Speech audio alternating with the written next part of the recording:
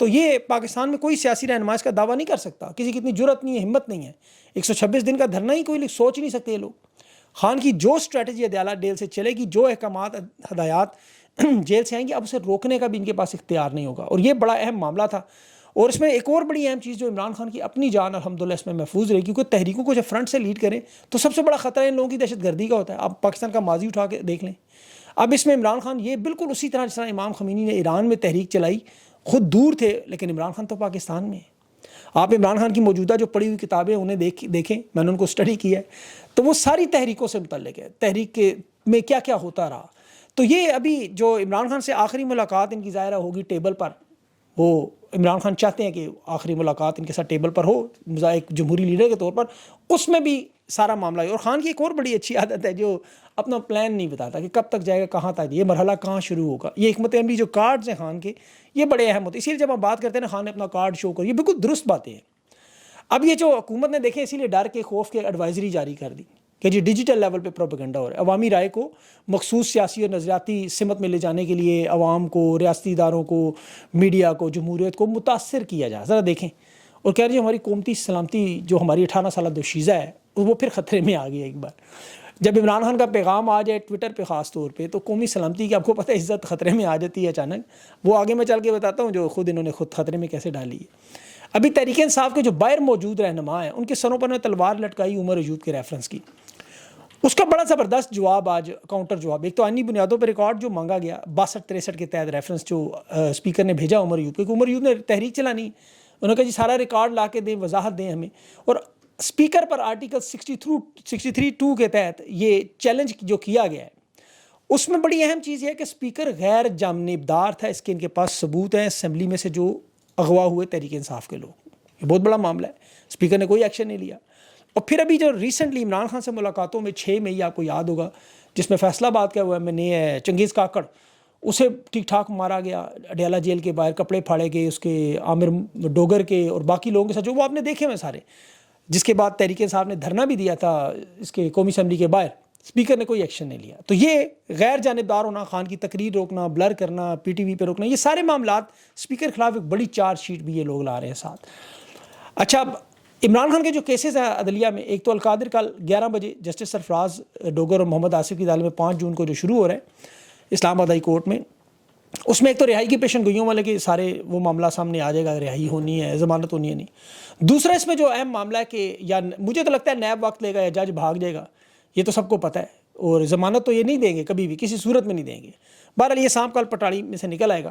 دوسرا اہم کیس جو نیاز اللہ نیازی صاحب کی توہین عمران خان کی جو کیسز پہ نہیں ہوتی، اس پہ قائم بینچ ہے، اس پہ جو ملاقاتیں نہیں ہو رہی تھی، یہ کیس بھی۔ اور عمران خان کا جو ایک کیس انہوں نے بنایا توہین جج کا، جب عمران خان نے کہا تھا نا میں اقتدار میں ہوں گا تو آپ کو قانون کے کٹہرے میں لائیں گے، انہوں نے صرف دھمکی کا کیس بنایا تھا۔ آپ یقین کریں کہ 2.5 سال ہو گئے ہیں یہ کیس سماعت کے لیے نہیں لگا۔ ابھی وہ مرید عباس صاحب کی عدالت میں جیل ٹرائل کے لیے ہائی کورٹ میں جو خط لکھا تھا اس کا جواب ہی نہیں دیتا، 18 جون تک یہ بھی ملتوی ہو چکا ہے۔ اندازہ کریں ذرا سے، تھانہ مرگلہ میں یہ کیس درج ہوا تھا، اور مریم نواز انہی دنوں میں جلسوں میں آپ کے سامنے حاضر ڈیوٹی سپریم کورٹ کے ججز کو نام لے لے کر جلسوں میں دھمکیاں لگا رہی تھی، لیکن وہ خیر ان کا نام گھر میں بھی لاڈو رانی ہے اور یہاں پہ بھی ان کے ساتھ صحیح سلوک ہے۔ اب اس میں 9 مئی کے مقدمات میں دیکھیں، جب اب آج سماعت ہو رہی تھی تو تھانہ سرور روڈ کا ایک مقدمہ تھا، اس میں گواہ پر جرح ہوئی، اس جرح پر گواہ سے پوچھا جا رہا تھا کہ آپ جائے وقوع پر شواہد کب اکٹھے کرنے گئے، اس نے کہا جی 10 مئی صبح 9:30 بجے۔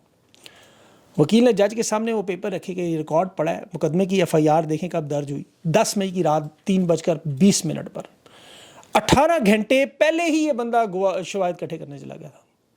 یہ صرف اس ایک بیان پہ یقین کریں 9 مئی کا کیس اڑ سکتا ہے آرام سے۔ اس کے ساتھ ساتھ عدالتوں میں پیکا ایکٹ والا کیس بھی جو صحافیوں کی تنظیم ہے ان کی درخواست بھی، یہ پیکا کا بڑا اہم معاملہ ہے کیونکہ صحافیوں کو روکنے کا ان کی ایک ہی کوشش ہے۔ 26ویں آئینی ترمیم کے بعد جو ہائی کورٹ کا آئینی بینچ جو انہوں نے ابھی تک بنایا نہیں، ان کا جو وکیل کہہ رہے جی کہ آپ تو اسلام آباد ہائی کورٹ تو سن ہی نہیں سکتی یہ کیس۔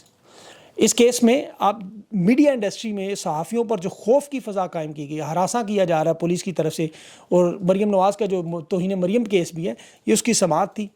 اور اس کے ساتھ ابھی سینیٹر مشتاق صاحب دلیر آدمی، فلسطین کے معاملے پر آپ نے دیکھا ہے انہیں میرے خیال میں کوئی 15-20 دفعہ تو انہیں اغوا کیا جا چکا ہے پچھلے سالوں میں، یہاں تک تو چلے انہیں اٹھایا، اغوا کرنا سمجھ آتا ہے۔ ابھی ان کی ٹیم نے ایک ٹویٹ کی اور بڑی دلخراش ٹویٹ، کہ وہ ذی الحج کے اس مہینے میں قرآن پاک پڑھنے کے لیے مانگے، وہ نہیں دیا جا رہا. اسلامی جمہوریہ ملک ذی الحج کے مہینے میں تلاوت کے لیے قرآن پاک نہیں دیا جاتا. اب یہاں سے اندازہ کر لیں کس لیول کی فسطائیت ہے. اچھا، اب کچھ معاشی اور نون لیگ کی سفارتکاری کے تباہی کے بیانات. ایک تو پاکستان بھارت کا پہلگام پہ آپ کو پتہ ہے دہشت گردی کا الزام لگایا گیا تھا. کوٹ لکھپت میں ان کے پاس وہ حافظ صاحب جو قید ہیں. پہلگام واقعے کے بعد دنیا بھر میں اقوام متحدہ کی سلامتی کونسل کی جو عالمی دہشت گردوں کی لسٹ ہے اس میں حافظ صاحب کا نام ہے. امریکی محکمہ خزانہ نے 2008 میں انہیں اسپیشل ڈیزگنیٹڈ دہشت گرد قرار دیا ہے. $10 ملین کا انعام تک مقرر کیا تھا. اور بھارت کا ہمیشہ موقف تھا کہ ممبئی حملوں میں یہ شامل تھے 2008 کی. اور اس پہ ہمارے نواز شریف صاحب نے ڈان لیکس میں آپ کو یاد ہوگا یہ الزام براہ راست فوج پہ بھی لگایا تھا. آپ کو یاد ہوگا نواز شریف صاحب نے کہ یہ سرپرستی کرتے ہیں. اب نون لیگ کے اسپیکر پنجاب اسمبلی جو ملک احمد ہیں اس نے تقریر کرتے ہوئے انہیں اثاثہ قرار دیا، قریبی تعلق قرار دیا. اور یہ عین اس وقت جب بلاول دنیا کے سامنے کہہ رہا ہے ہم دہشت گرد ملک نہیں ہے، بھارت ہے، ہم تو ہر تفتیش کے لیے تیار، آپ ہمیں ثبوت دیں. اب ان کے پاس یہ نون لیگ کے پنجاب اسمبلی کے اسپیکر کا ثبوت موجود ہے، وہ کہہ رہے ہیں ہم ان کے ساتھ شامل ہیں. اب یہ اندازہ کریں اگر یہ بندہ صحیح ہے مثال کے طور پر تو 78 سال کی سزا پاکستانی عدالتوں نے کیوں سنائی؟ اگر یہ بے قصور ہیں، بے گناہ، آپ جس طرح یہ احمد صاحب کہہ رہے تھے، تو پاکستانی عدالتوں نے 78 سال کی سزا نے کیوں سنائی؟ انسداد دہشت گردی کی عدالتوں میں پاکستان میں 31 سال، 15 سال، 11 سال. تو یہ انہوں نے اپنے لیے پاؤں پہ کلہاڑی ماری ہے. یہ بہت بڑی ان کی منافقت بے نقاب ہو جائے گی اس چکر میں کہ اپنی ہی عدالتوں کے فیصلے تسلیم بھی نہیں کر رہے، اور پھر دوسری طرف حکومت میں جو موجود لوگ ہیں وہ ان کالعدم تنظیموں کا پبلکلی اعتراف کریں کہ ہمارے اثاثے ہیں. اب یہ وہ دوہری پالیسی ہے جس کی وجہ سے دنیا ان پہ اعتماد نہیں کرتی، اعتبار نہیں کرتی. یہ جتنے مرضی بلاول جنسی ادویات کے لیے، وزن کم کرنے کے لیے اس کو باہر چمکا چمکو کے بھیجیں، اس کے حالات سے بڑے ٹائٹ لگ رہے تھے پاکستان کے حالات کی طرح، سندھ کے حالات کی طرح. سندھ کے حالات تو دیکھیں، کراچی کے ملیر میں بھی جو قیدی نکلے اسی سے آپ دیکھ لیں. قیدی ابھی آپ کو پتہ ہے جیل توڑ کے باہر آئے، انہیں تو خوش ہونا چاہیے تھا، لیکن جب انہوں نے دیکھا نہ پانی، نہ بجلی، نہ گیس، نہ روزگار، نہ تحفظ، ووٹ آئین چور، ملک پہ قبضہ. آدھا گھنٹہ وہ قیدی باہر رہے ملیر جیل سے، لوگوں نے حالات بتایا تو انہوں نے کہا اس سے اچھی تو جیل ہے بھائی، واپس چلو. اور لوگ خود واپس چلے گئے کہ یہاں تو 2 وقت کی روٹی پوری کرنا مشکل ہو چکا ہے. اب معیشت کا معاملہ بڑا اہم ہے، لیکن اس میں اگلے ویلاگ میں تفصیل سے بات کروں گا. ابھی مجھے پاکستانی میڈیا کے کچھ جو بدبودار لوگ، ان پہ بات کرنا بڑا ضروری ہے، کیونکہ انہیں کچھ لوگ ابھی بھی دانشور سمجھتے ہیں. رؤف کلاسرا صاحب ہوں، غریدہ فاروقی صاحبہ ہوں، وہ الیاس تمغہ برگیڈ صاحب ہوں، انصار عباسی، سہیل وڑائچ ہوں. ان کا ذکر اس لیے میں آپ کو کرنا ضروری سمجھتا ہوں اور ہر ویلاگ میں کرنا چاہیے کہ جو اسٹیبلشمنٹ کے طاقتور لوگ ہیں ان کا یہ خفیہ ہتھیار ہے. یہ یاد رکھیں، یہ لوگوں کو سمجھتے ہیں کہ ذہن سازی میں ابھی بھی کام کر رہے ہیں. یہ جو میڈلز بردار ان کا جو بریگیڈ ہے، اس کی آپ لسٹ بنائیں، 10-15 منٹ خرچ کریں تو آپ کو اندازہ ہو جائے گا کہ طاقتور لوگوں کے بدنام زمانہ ان سیاسی رہنماؤں کی طرح گھناؤنا کردار ادا کرتے ہیں اپنے کالم سے، ٹی وی ٹاک شوز سے، اپنے ٹویٹ سے. اسی لیے ہم سب لوگوں کا کام بڑھ بھی جاتا ہے، کس پہ ٹائم ضائع ہو جاتا ہے. لیکن یہ حقیقی ہے کہ آپ کے لیے سمجھنا ضروری ہے، کیونکہ انہیں ابھی بھی کچھ لوگ دانشور سمجھتے ہیں. حالانکہ ان کے مقابلے میں پاکستانی 64% نوجوان طبقہ، گلی کوچے میں بیٹھے ہوئے لوگ، دکاندار، ارب پتی تاجر، کسان، گھروں میں بیٹھی خواتین، اوورسیز پاکستانی اب حقیقی معنوں میں یقین کریں شعور کی وہ منزلیں طے کر چکے ہیں. ان لوگوں سے 10 گنا زیادہ بہتر وہ پاکستان کے حالات کا تجزیہ کرتے ہیں. ان کی فکری لیول اتنا اونچا ہو چکا ہے. میں اکثر ٹویٹر سپیسز میں لوگوں کی گفتگو سنتا ہوں، اس میں مجھے اندازہ ہو جاتا ہے یہ وہ بدبودار لوگ ہیں جو جمہوریت کے دشمن ہیں. یقین کریں، یہ رؤف کلاسرا کی آپ ایک بیان سن لیں، غریدہ فاروقی صاحبہ کی ایک بیان سنیں، وہ الیاس صاحب کی چند منٹ کی گفتگو سن لیں، آپ کو اندازہ ہو جائے گا یہ لوگ اس قدر دشمن ہیں اس جمہوری نظام کے، بغض عمران میں، جمہوریت کے ساتھ، کہ جس طرح نواز شریف جیسے لوگوں کو راس نہیں آتی، انہیں بھی نہیں. وہ کلاسرا صاحب کہتے ہیں کہ جی پاپولر لوگ جو ہیں وہ جمہوریت کے لیے پاپولر لیڈر دشمن ہے، خطرہ ہے. تو پھر تو قائد اعظم محمد علی جناح برصغیر کے لیے سب سے بڑا خطرہ تھے. نیلسن منڈیلا جمہوریت کا سب سے بڑا خطرہ تھا. امام خمینی ہو، مہاتیر محمد ہو، ابراہم لنکن ہو، مہاتما گاندھی ہو، ونسٹن چرچل ہو، تھامسن جیفرسن ہو، یہ سب لوگ جمہوریت کے لیے بہت بڑا خطرہ ہے. پھر کلاسرا صاحب کو کوئی بتائے. انصار عباسی، سہیل وڑائچ، منیب فاروق، ان جیسے لوگ یہ جو آپ کا ذہن بنانے کی کوشش کرتے ہیں.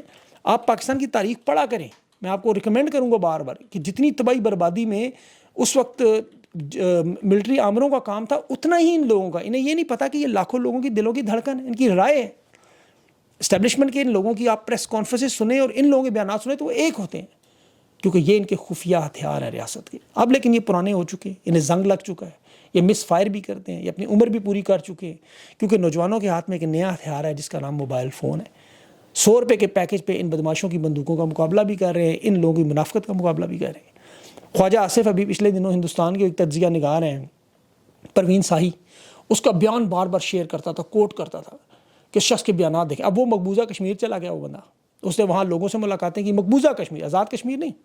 وہاں لوگوں نے سے کہا کہ ہم پاکستان کے ساتھ اس لیے نہیں جاتے کہ وہاں مقبول ترین رہنما عمران خان کے ساتھ دیکھیں کہ جیل میں کیا سلوک ہو رہا ہے. یہی بات اب بنگلہ دیش کے لوگوں سے کریں, وہ شکر کے کلمے پڑھتے ہیں, قطر میں جان چھوٹی, کہ یہ لوگ اگر خان جیسے بندے کے ساتھ یہ کہہ رہے ہیں تو ہمارے ساتھ 1971 میں جو کیا اس سے بھی بدتر کرتے. تو اس لیے یہ ان کی, آپ کو پتہ ہے جو فکری معاملہ ہے, اس کو عوام کو اس لیے سمجھانا ہے کہ جو منافقت کے درجے پر ان کی, جیسے وہ اقرار الحسن ہے, دیکھیں ابھی روف کلاسرا کی میں بات کر رہا تھا, اس کی بات, یہ ان کو پتہ ہے 99% لوگ خان کے ساتھ, خود یہ شادیوں پہ جا کے سنتے ہیں لوگوں سے, لیکن پھر اس کے بعد اقرار نہیں کرتے. ان کو اس لیے بے نقاب کرنا ضروری ہے. معیشت سمیت باقی جو معاملات ہیں وہ انشاءاللہ اگلے ویلاگ میں آپ کے سامنے رکھوں گا. ویڈیو لمبی ہو جائے گی, اپنا خیال رکھیں, مجھے اجازت دیں, اللہ حافظ.